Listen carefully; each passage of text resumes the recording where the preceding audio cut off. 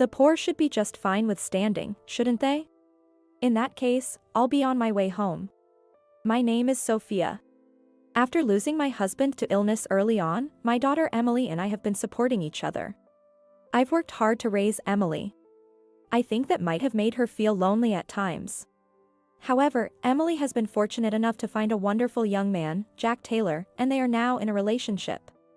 Their decision to start living together led me to expand my professional horizons, and now I work in various places. Ah, hello Emily?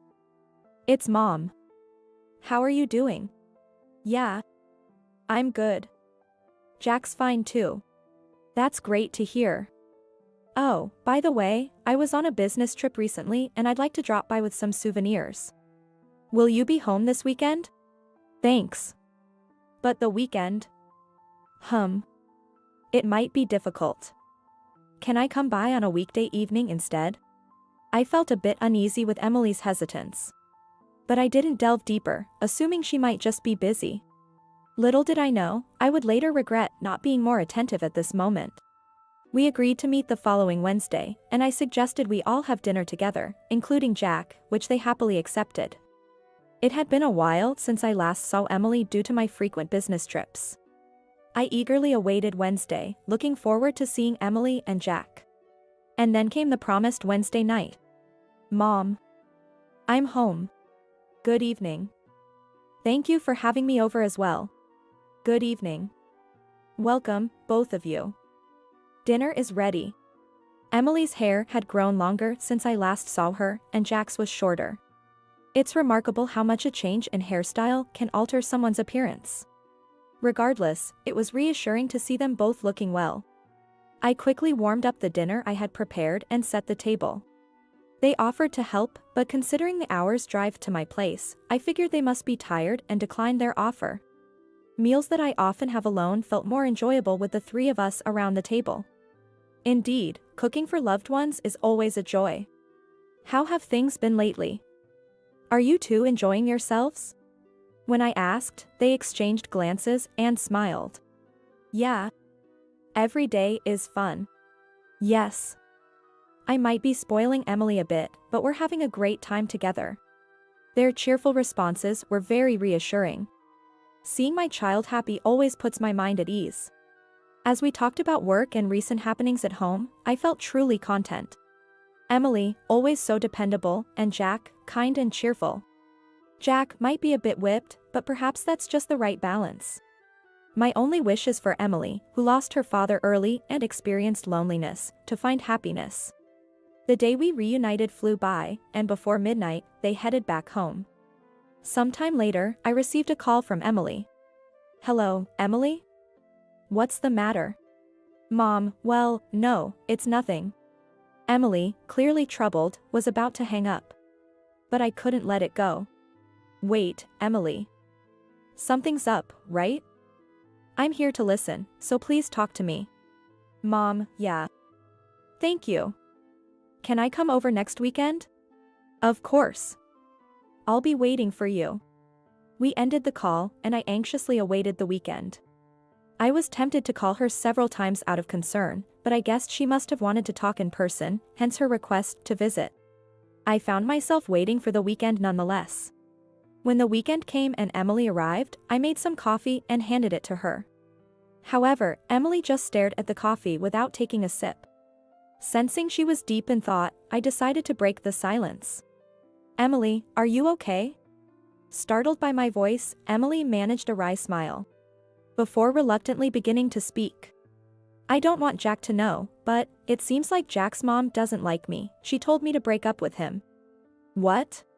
I had never met Jack's mother in person, she was only ever mentioned in conversations, so I had no idea what she was like.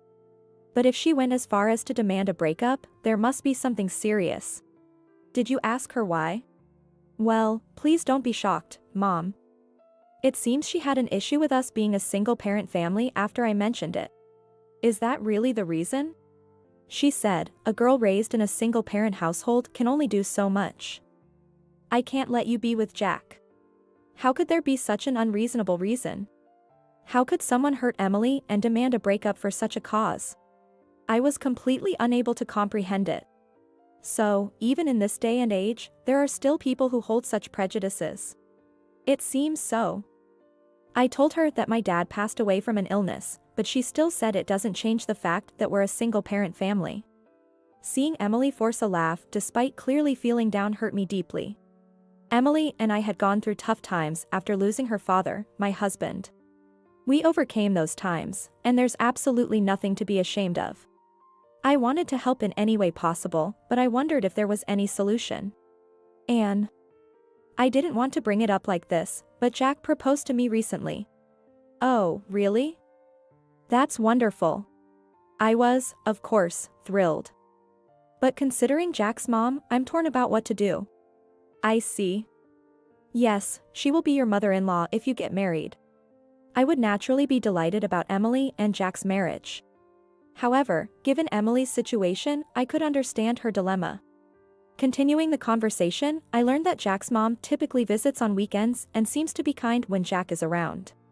But her demeanor reportedly changes entirely when Jack is away for work on weekends. Sensing there was more to the story, I encouraged Emily to share everything, and she did so with a sigh. What Emily revealed next was shocking and could only be described as harassment. She told me that Jack's mom had thrown away the food Emily made, criticized her cleaning and laundry methods, and even said that Emily shouldn't burden Jack with living expenses, despite them not being married. Despite Emily working and sharing the financial responsibilities with Jack, it seemed Jack's mom wouldn't understand. That's terrible. I don't want to speak ill of Jack's mom, but... well, I'm not the best cook, and with working, I can't keep the house perfect. Maybe it's my fault. Haha. Emily's forced laughter was tinged with tears. I felt anger bubbling up but managed to restrain it. I suggested talking to Jack about it, but she refused, not wanting to worry him. After talking for a while longer, Emily said she felt relieved to have shared her troubles and mentioned she was heading home. I decided to give her something. Here, take this with you, just in case. Is this a voice recorder? I explained it was to keep evidence, just in case. It's better not to need it, but having proof in a dire situation is crucial. I often carry a voice recorder for work. So I handed one to Emily. Emily understood and agreed, placing the voice recorder in her bag. If anything happens, make sure to contact me again. Yeah, thank you, Mom. Emily said. And then she left. After a while, Emily contacted me, asking if it would be okay for her to come over with Jack. Apparently because they had decided to get married. Later, Jack and Emily came to my house dressed in suits, and seeing Jack so nervously stiff made me laugh. I served the cake and coffee I had prepared, and as we sat around the table, Jack stood up and stutteringly shared the news of their engagement. Emily and I couldn't help but laugh together, and seeing us, Jack finally relaxed and joined in the laughter. We then discussed their future plans. First, they wanted to set a date for a meeting between both families, and then start planning the wedding. The mention of meeting the families made me glance at Emily, who gave a wry smile, indicating some trouble. From Jack's demeanor, it was clear he was still unaware of his mother's objections, as he seemed genuinely happy discussing the plans. I expressed my willingness to help in any way I could, and both Jack and Emily thanked me, looking relieved. Sometime later, Emily called, possibly to discuss the meeting between the families. Answering the phone. I could sense something was off by her lack of energy. So I asked about the situation. Emily, what's wrong? You don't sound like yourself. Mom, this is hard to say, but the meeting with the families might not happen. Did something happen? I asked. Slightly taken aback but recalling Emily's previous mentions of Jack's mother, suspecting she might be the cause. Are Jack's parents opposed to the marriage? It seems so. Haha. Emily's hollow laughter was evident even over the phone. It seems they have a significant issue with Emily. Likely related to her coming from a single-parent household, as indicated by previous discussions. Did you ask the exact reason? Yes, it's because we're from a single-parent family. So, as I thought. It was hard to understand the disdain towards single-parents' families. When I asked if the marriage was off, Emily explained that after learning the reason for canceling the meeting. Jack became furious and declared he'd sever ties if they continued to harbor such prejudices. His parents, taken aback, agreed to the marriage but refused to have the meeting. Emily said it was the first time she saw Jack that angry and had to calm him down.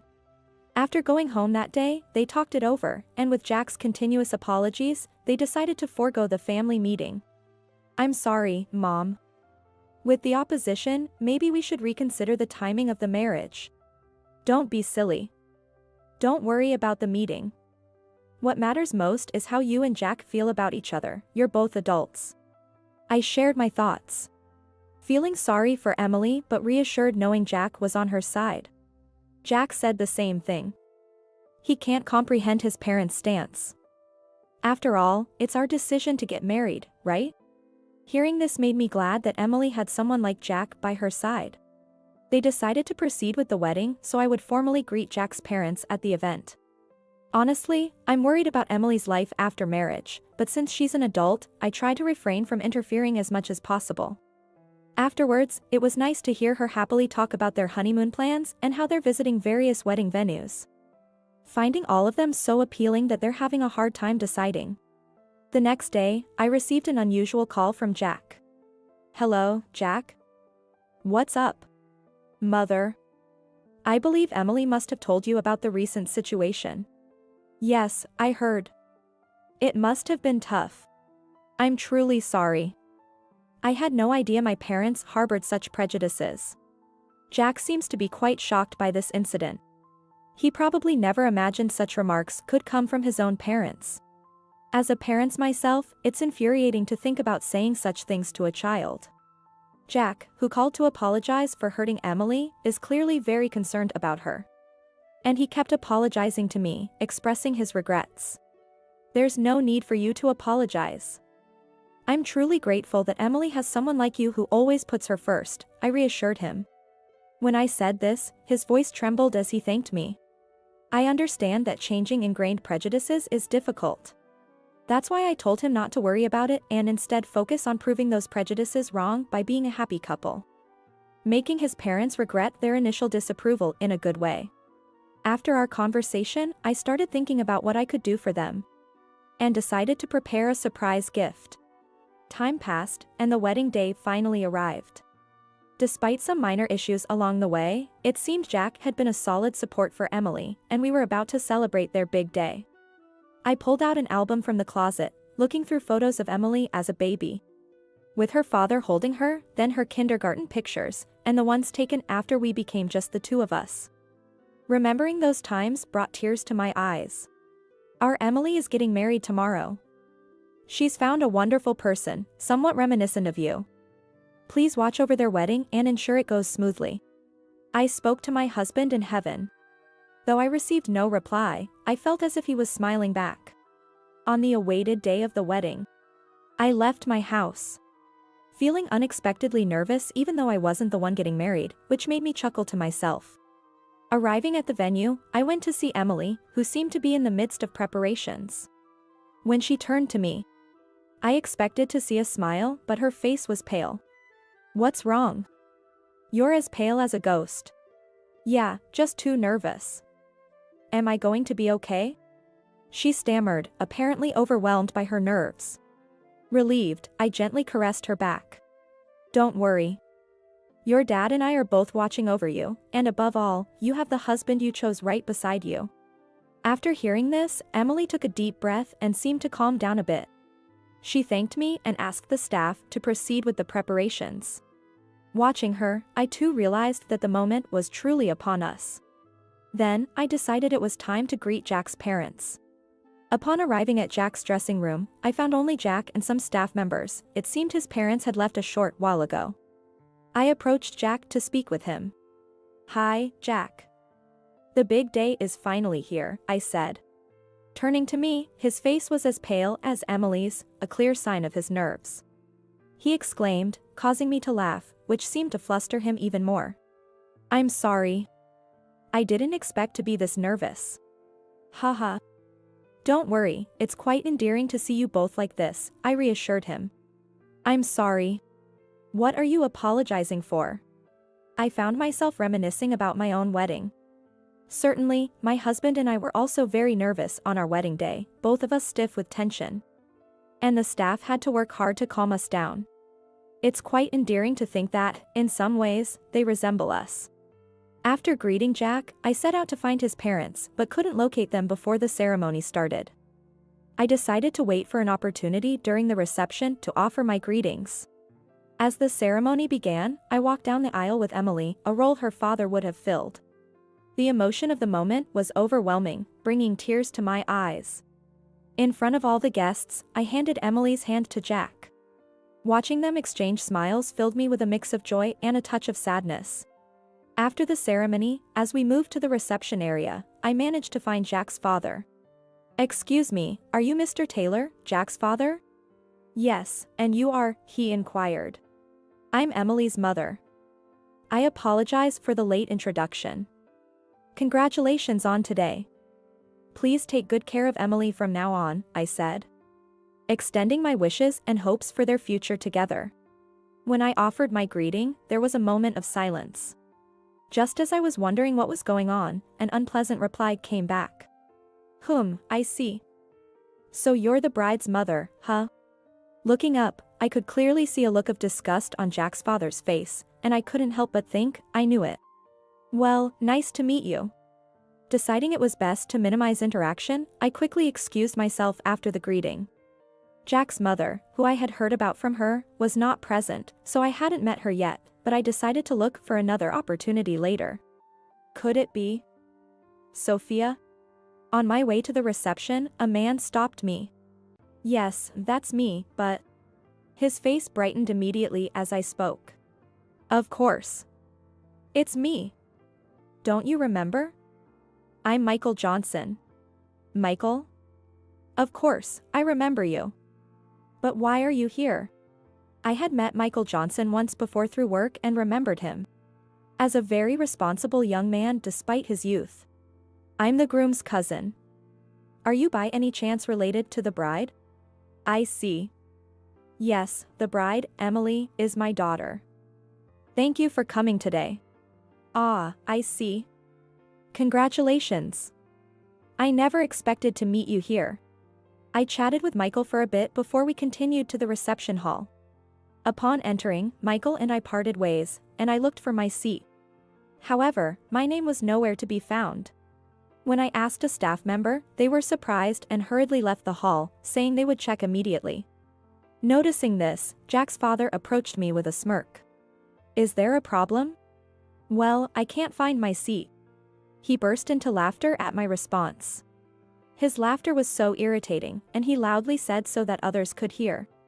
"Poor people can just stand, right?" "Excuse me?" His unexpected words made me ask again. "Do you think a poor single mother deserves a seat? You're just here for a free meal, aren't you?" "What did you just say? You can't even understand that? You're hopeless. Get out of here now." His extremely unpleasant words made it impossible for me to hide my anger. A mother who hurt Emily, and a father who looks down on single mothers.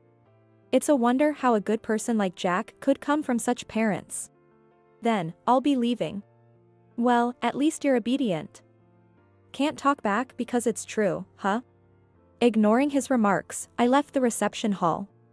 However, I had been looking forward to Emily and Jack's wedding, so I was internally struggling with what to do. After stepping out of the hall, I thought I should at least explain the situation to Emily and Jack if I were to leave. It's their important wedding day. Telling them would only make Emily upset, and Jack would likely feel guilty and apologize. It's supposed to be a day filled with happiness, but is it right to bring in such adult problems? Maybe it would be best if I just endured it. I was at a loss. Then, Michael appeared. "Sophia, are you all right?" "I saw everything. I'm sorry I couldn't help." "There's no need for you to apologize, Michael. Thank you for your concern." Then, Michael made a suggestion. "There's no need for you to leave, Sophia. I have a good idea," Michael said with a smile. After calling over a staff member and explaining the situation, they happily agreed to Michael's suggestion. "Michael, thank you so much. Don't mention it. It's clearly the groom's father who is at fault here." I expressed my gratitude to Michael again and was led by the staff to a certain location. On the way, I stopped by the restroom, where I encountered someone. Could it be Sophia? Yes, that's me, but who might you be? I'm a huge fan of yours. I'm thrilled to meet you here. I rarely appear in the media, having only been featured in a magazine once, so this person must be quite a fan to recognize me. Well, oh, I'm the groom's mother. Meeting you here has made this the best day ever. To my surprise, it was Jack's mother. Unlike the impression I had from Emily, she was very energetic. I see. Congratulations on this special day. Thank you so much. Could we possibly shake hands? Huh? I found myself being asked for a handshake. I agreed to the handshake and quickly made my way to the restroom. I never expected to meet her in such a manner. And it was surprising that she knew who I was. The staff led me to a location on the second floor of the reception hall. It's usually not used, but due to the circumstances, Michael had arranged for this seating. From this seat, I could oversee the entire reception and even see Emily and Jack in all their glory. It seemed that the guests on the first floor hadn't noticed me, and I could clearly see Jack's father. After a while, the energetic Jack's mother took her seat, and it appeared she was telling Jack's father about our earlier conversation. As I watched them with a sigh, the hall dimmed, and the reception began under the host's guidance. Seeing Emily and Jack enter made me tear up. They looked so beautiful. I wondered how she had grown up so fast.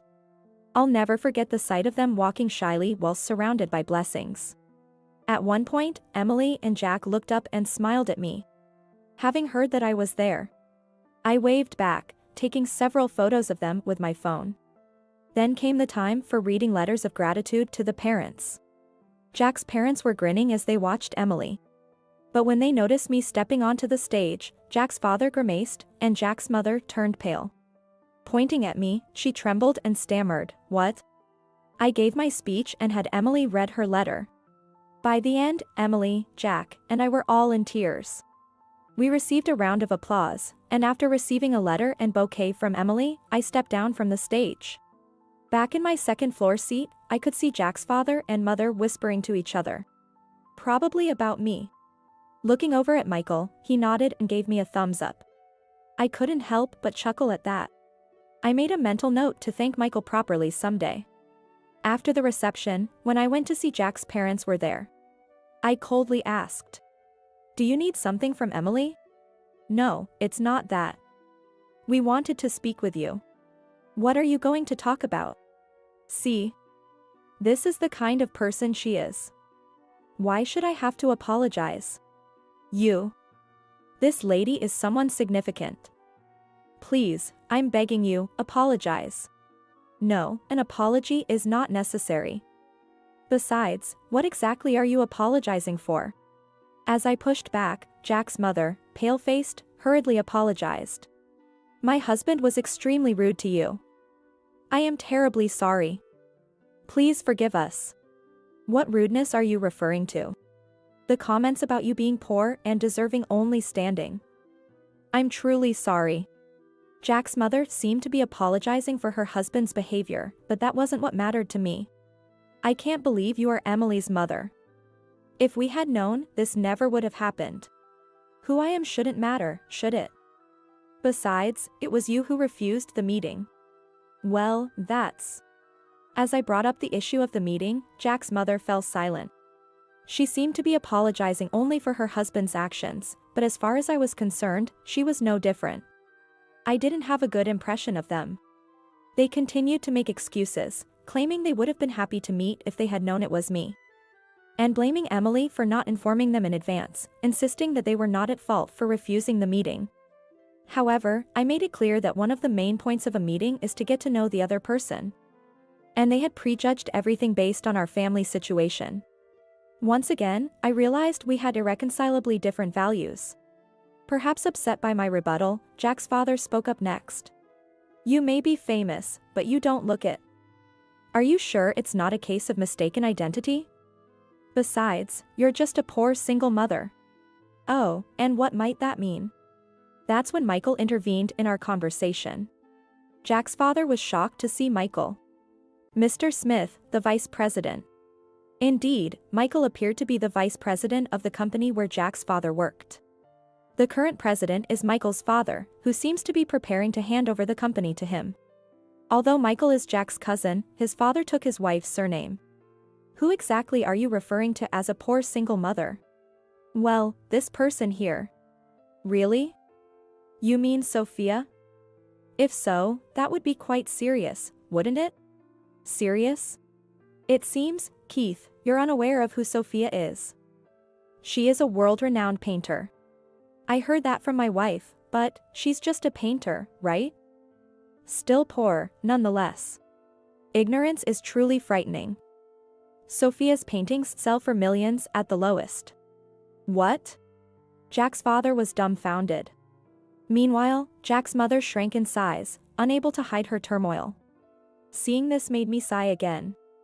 I work as a painter, sometimes creating on my own initiative and sometimes taking commissions. Many people appreciate my work and purchase it at high prices. Michael is one of those connections, with his parents being frequent buyers of my paintings.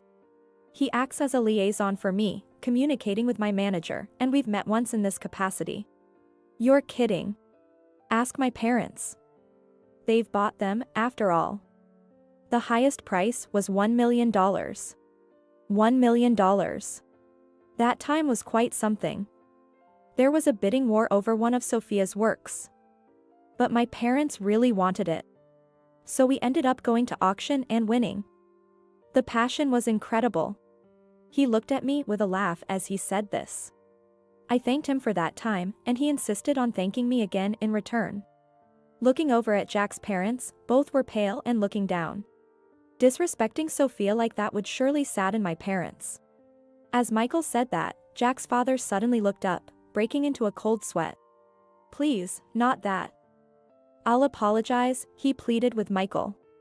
Michael looked disgusted by his behavior and suggested he was apologizing to the wrong person. Prompted by Michael, Jack's father reluctantly turned to me and began to apologize. Though it was clear he lacked sincerity, likely due to his pride. He probably didn't understand what upset me the most. Do you even understand what I'm most angry about? What? It's because I looked down on you, right? It was clear he hadn't understood anything. I asked Jack's mother the same question, but she just looked confused. It's because you hurt someone very dear to me. Even then, they seemed clueless. Do they lack comprehension and learning abilities? It's because you hurt Emily. I couldn't help but raise my voice. Feeling angrier than I had in a long time. Although they seemed to understand after I spelled it out, their pride prevented them from apologizing directly to Emily. They tried to shift the blame onto Emily, saying, Emily had her faults, we thought she was poor because we saw her being frugal. Assuming it was because she's from a single-parent family, Emily should have been the one to explain to us. It was clear they were attempting to shift the responsibility onto Emily. Michael was appalled by their justification, and Emily looked down, disheartened. Seeing Emily upset nearly brought me to boiling point, but then Jack stepped in. Emily, remember these people well. Jack stood by her side and put his arm around her. Let's make sure we don't become a couple like this. Jack had been listening and was visibly angry. His actions calmed my anger a bit. How dare you speak to your parents like that? That's right, Jack. Apologize. No way. If you're going to keep hurting the person I care about, I'd rather cut ties with you. What? Everyone present was shocked by Jack's statement, but inwardly, I was thinking, well done. Michael also looked smug. I appreciate what you've done for me, but I'm building a new family with Emily. That's my happiness, and if you're going to interfere, I'd rather not have anything to do with you. Emily seemed relieved by Jack's presence, her anxious expression gone. Knowing Jack had such a manly side made me even more supportive of them. Jack's words left his parents disheartened and silent. Look at the groom being so cool. Emily, I know he's like this, but please take care of him. Of course. And I should be saying that to you. What do you mean, like this? The tense atmosphere lightened a bit. I felt happy, knowing that they could overcome anything together without my intervention. Prejudice and arbitrariness lead to nothing good. As I addressed the disheartened couple, they flinched and turned to me. Being from a single-parent family doesn't mean one is poor, and being poor doesn't justify disdain. It's those with impoverished hearts who are truly impoverished. With that, they had nothing to say and left the room with frustration. As a parent myself, I was relieved not to share their values.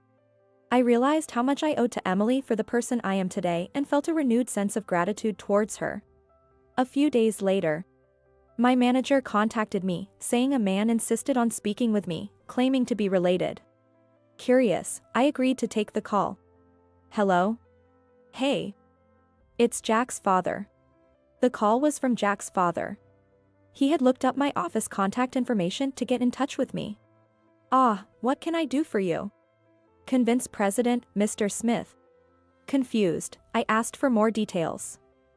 It seemed that Michael had reported the wedding incident to his father, Mr. Smith, who was furious, saying he couldn't keep someone so lacking in common sense and manners at the company.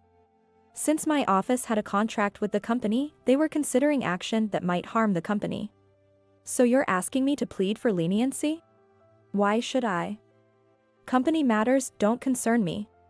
His usual condescending tone was as unpleasant as ever. A reminder that some people never change.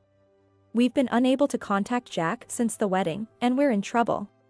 What goes around comes around. You brought this on yourselves. How dare you? It seemed Jack had cut ties with his parents after the wedding, as he had said he would, allowing Emily to live without anxiety. It was all their own doing, yet they were bothering me, which was extremely vexing. It's astonishing you've managed to get by in society with such an attitude. There's a limit to looking down on others. I have no obligation to listen to you, and it's not my problem if you're in trouble. Come on. I'm begging you here. You really don't understand, do you? Things will unfold as they should. I'm busy, so I'll be hanging up now. Goodbye. Wait. I ended the call and told my manager not to connect any more calls from them. Despite several attempts to contact me, my manager, who is more straightforward than I am, made sure they stopped. I reported the situation to Emily and Jack, advising them to be cautious. Afterwards, Jack's parents apparently showed up at his company, but were immediately dealt with by security. Jack had explained the situation, and his company was understanding, ensuring his parents wouldn't be connected if they returned. Michael later contacted me to apologize for involving me in the company matter. But I assured him it was already handled and that our contract would continue as usual. Jack's father was demoted but caused further trouble by disputing the decision, leading to his voluntary resignation. Ever since the wedding, there was tension between Jack's parents, leading to a divorce after Jack's father became unemployed. Jack's mother reached out to Jack asking for support but was ignored. Jack's father, due to his pride, struggled to find re-employment and was barely getting by with a part-time job. His mother, unable to find support from relatives due to the wedding incident, was living in a dilapidated apartment and working part-time. As a gift to the couple, I surprised them with a house. I remembered a house Emily and Jack once said they'd love to live in, so I had one built with a similar design. I chose a location near where they were living to ensure their lifestyle wouldn't change. They were overjoyed, even suggesting I live with them in my later years. I talked to my husband in heaven that they seemed very happy, and placed a photo of the three of us. There's also the joyful anticipation of a grandchild next year, adding to my future pleasures. It seems my husband has been possessed by a demon. I am going to give this house to Emily. If you disagree, I will divorce you. He wants to give our house, which I bought, to our eldest son's wife. Old lady, get out early. The daughter-in-law has my husband on her side. I am changing it to my name. I can pay the $1,800 mortgage. Even our eldest son is on their side. Well, I have no lingering attachment to this filthy house anymore. Then I'll leave. You three can go to hell for all I care. Brace yourselves. I'm Margaret, 60 years old.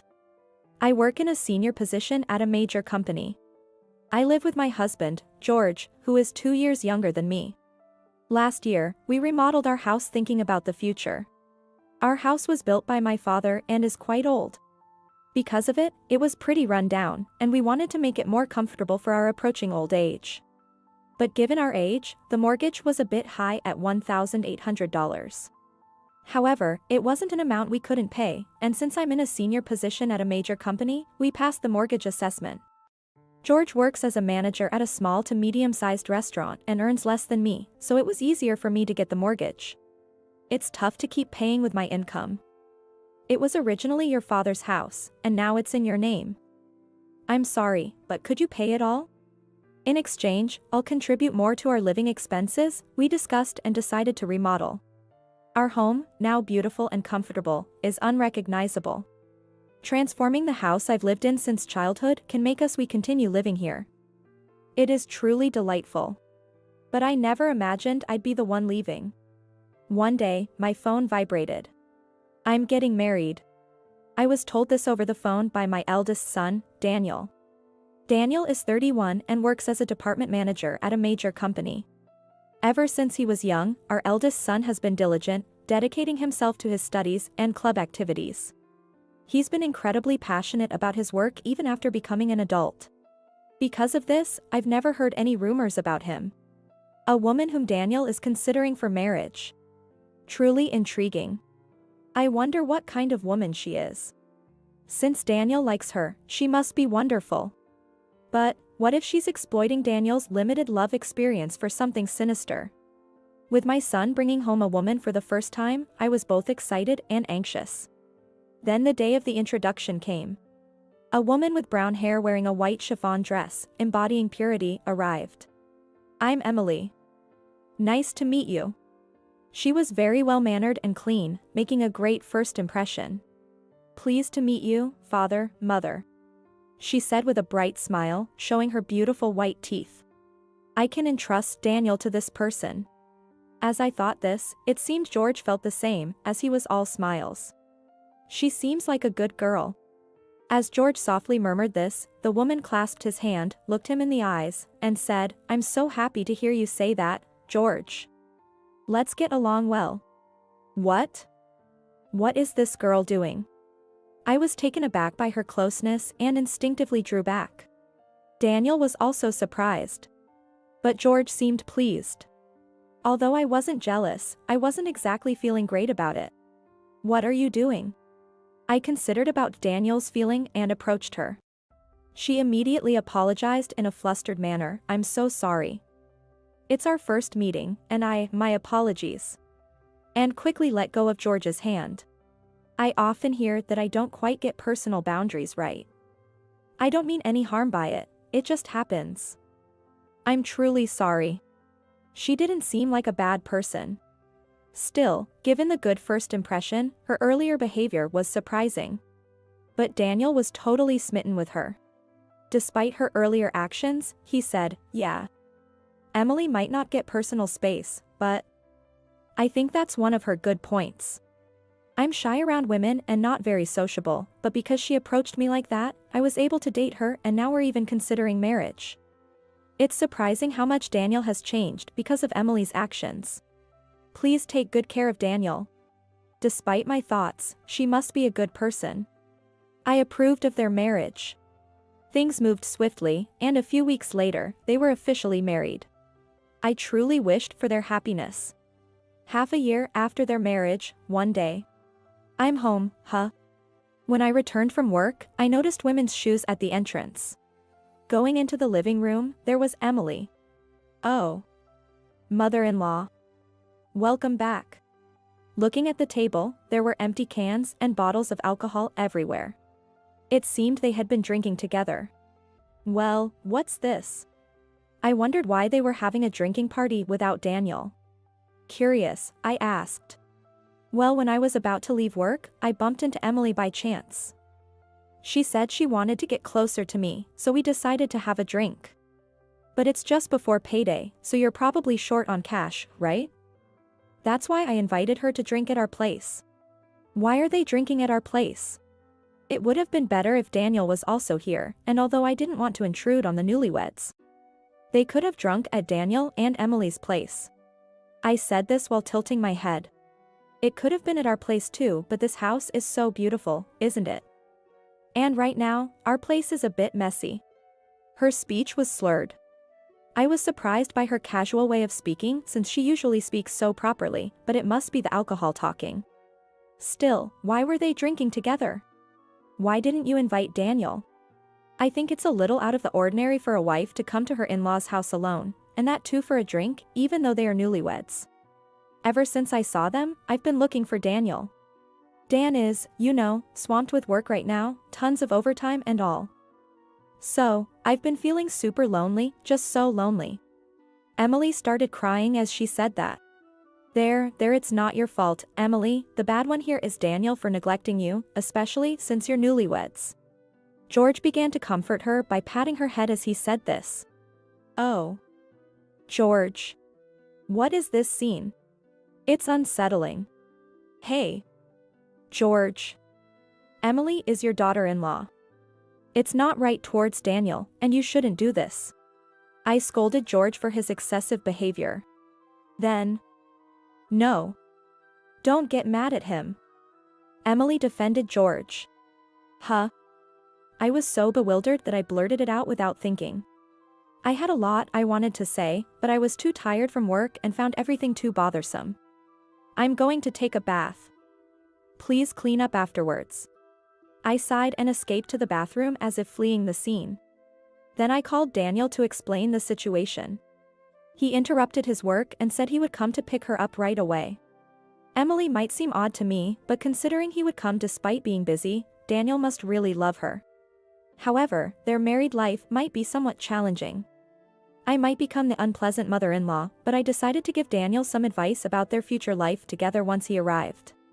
I was lost in thought while soaking in the bath, so quite some time had passed. Feeling a bit lightheaded, I went to the living room. I expected to see Daniel had come to pick up Emily, but, despite having driven here, for some reason, he was drinking. Daniel, you drove here, right? And you drank. When I asked, Daniel responded cheerily, as if he were tipsy. Well, Emily insisted I have a drink, so just like that, we decided to stay over tonight. I was happy that my son would stay over. But, unfortunately, it also meant his wife, who had made a very poor impression, would stay as well. And quite suddenly at that. Oh. I was honestly perplexed. But Daniel had already drunk. Look. I can drive you guys home. I didn't want Emily to stay over. Feeling tired, I still suggested driving them to their place. However. No. That wouldn't be right. You must be tired too, right? How about you join us for a drink instead? Daniel said with an easygoing smile. I couldn't say anything more. What? At that moment, I felt something was off. Emily suddenly smirked, but it seemed to carry a hint of malice. It was as if she was laughing at my bewildered state. It's just my imagination, right? I tried to convince myself it was just a misunderstanding, but in reality, her incredibly dangerous plan had already begun. The next day, Emily apologized numerous times for her blunder. I'm truly sorry. Saying that, she left, and I felt a wave of fatigue wash over me as I thought, it seems the storm has passed. Then, when I got home that day, Emily was there again. Daniel was nowhere in sight. I felt a sense of despair, but the situation seemed different from yesterday. I'm sorry for intruding again, but I just had to apologize. She said this and offered me some sweets. I got carried away too, my bad. George seemed repentant. Although I was upset, they seemed remorseful, so perhaps I should let it go this time. I forgave them. Thank you. And then, perhaps because she felt awkward about the whole situation, Emily stopped coming to our house. Honestly, I didn't really want to interact with her much either, so I was relieved by this outcome. Just a day when I thought everything was settling down. With a serious expression, George said to me, I need to talk to you. As I was sitting in the living room, Daniel and Emily arrived at our house. It's been a while. I greeted them, but for some reason, I was ignored. Maybe they didn't hear me. As I was pondering this, George suddenly shouted. I'm giving this house to Emily. If you object, we're getting a divorce. What? I was shocked. Giving the house to Emily. I couldn't make sense of it. As I stood there dumbfounded, Emily said, "Margaret, please leave." What? What's going on? I was confused. Wait a minute, giving the house to Emily, what's that about? When I confronted them, George responded. You've always been bullying Emily, haven't you? Such foolishness. Bullying. Absolutely baseless. That's impossible. But George wouldn't listen to my protests. Shut up. She told me so.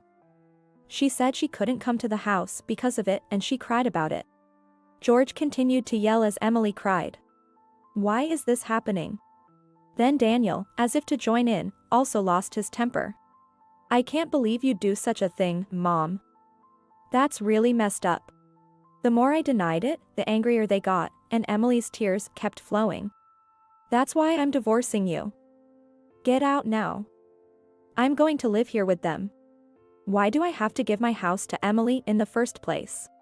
When I asked George the reason, he said, because Emily was deeply hurt. Normally, we should demand compensation, but I thought of a better way. Taking this precious house from you and giving it to Emily. That way, you'd suffer the appropriate damage, right? Why do I have to be punished when I haven't done anything? Especially since Emily quit her job to get married, there's no way she can afford an $1,800 mortgage. When I pointed that out, no worries. We'll change the title to Daniel's name. With Daniel's salary and employer. The title change should be a breeze. Even so, with a mortgage involved, a title change shouldn't be that simple. If it were that easy, anyone could buy a house. I doubt the bank will agree to that. George retorted, you work for a big company, but so does Daniel. It should be fine. Plus, I have a friend who works at the bank where you got your mortgage. I'll talk to him, so it should be okay. It's unclear where such confidence comes from. That's right. An $1,800 mortgage is nothing. Encouraged by George's words, Daniel was overly confident. It's seriously turning into a situation where I have to hand over my house. I've said it multiple times, but I haven't bullied anyone. So, I absolutely won't hand over the house. When I objected, the two of them got angry again. This is just too bothersome. As I was feeling fed up, Emily, who had been crying all along, spoke up. Margaret, for the sake of our child, please. Emily pleaded while rubbing her belly. Could it be? Mom. Emily is pregnant. If she remains mentally unstable, it might lead to a miscarriage. So, please, just give in. They're telling me about the pregnancy now. Certainly, stress is the last thing you need during pregnancy. But to be accused of something I didn't do and to hand over the house because of that. I felt endlessly frustrated. Could you leave me alone for a bit? I left the room and went to the bedroom. Bullying, what? Have I unconsciously done something terrible to Emily? As I lay on the bed pondering, I noticed something. What's this? There were brown hairs on the bed. George and I both have black hair. It's impossible for there to be brown hairs. Wait, does this mean there was infidelity? Following the earlier dispute, I discovered such a terrible truth as well. My mind was on the verge of exploding. I just can't make sense of anything anymore. Overwhelmed, I ended up crying myself to sleep. When I woke up, it was night. As I was about to enter the living room, I heard voices.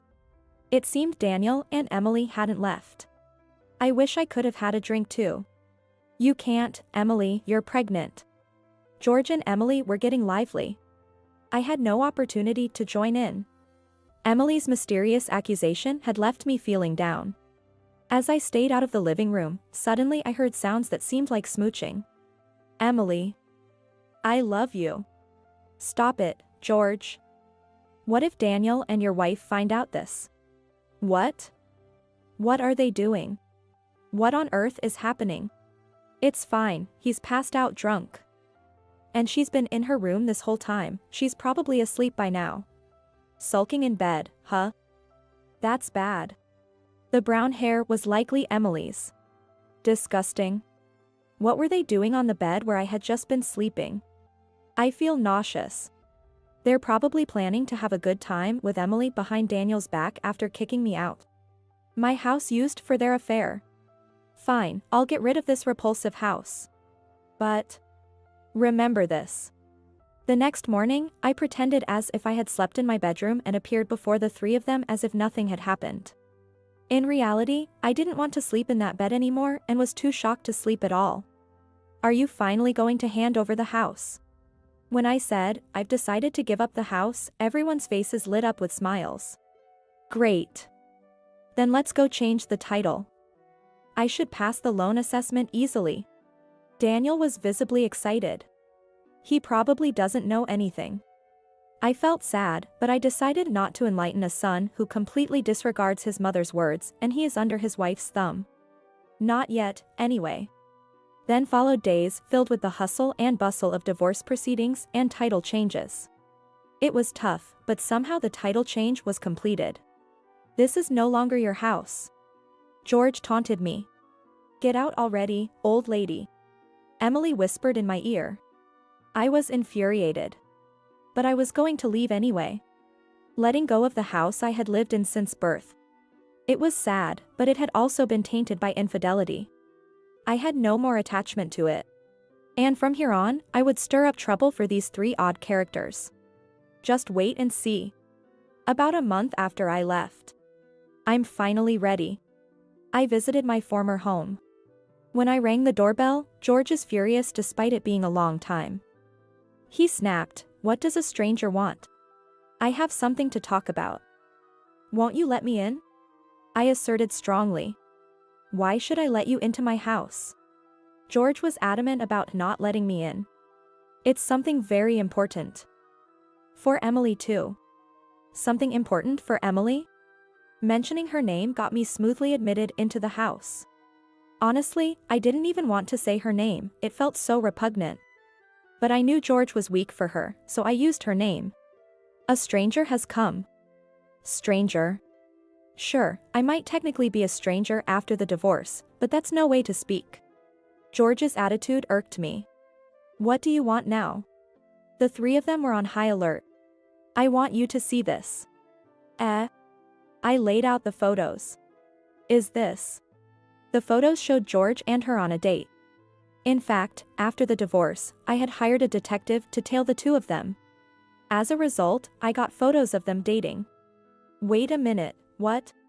Daniel was visibly shaken. Then George blurted out, "What's the big deal with these photos? We're just a close father-in-law and daughter-in-law, nothing more, nothing less." "Yeah. What's the point of taking such nonsensical photos?" The two of them insisted on their close relationship. "What about this, then?" I pulled out my phone and played an audio clip. "I really do love Emily. Shh. If you talk so loudly, Daniel and your mother-in-law will wake up." It was George and her voices, accompanied by disgusting sounds. What? I had actually recorded their exchange on the day I discovered their affair. It's not what it seems like. This is all a misunderstanding. George tried desperately to explain. What's the misunderstanding here? This is totally unacceptable. Naturally, Daniel was furious. She was looking down, defeated. Then, I added fuel to the fire. "Hey, not to be rude, but whose child is that really in your belly?" Daniel's face turned deathly pale in an instant. "No way, with my father. That's impossible." My father-in-law pulled out Anne. She dug her own grave. "You admitted it. You just admitted it, didn't you?"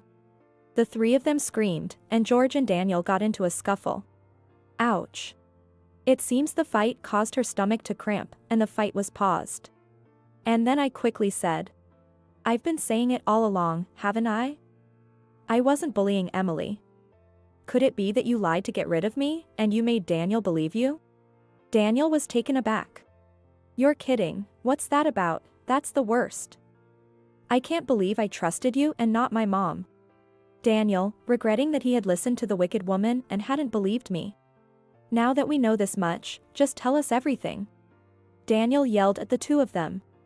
The two were reluctant to speak, but when the word "a trial" was mentioned, and he said, "Are we going to have to take this to court?" they finally started talking. It seems that at first, she really did love Daniel. But when she came to our house for a marriage greeting and saw our newly renovated, beautiful home, she wanted it for herself. My family home is pretty rundown and I envied such a beautiful house. The interior is quite nice too. She explained it in tears. She wanted the house so much that she planned to ingratiate herself with George on the day of their marriage introduction. So, she deliberately ambushed George on his way home from work and drank at home without inviting Daniel. It seems that during the months he didn't come home, George had been nurturing love with her and planning to oust me.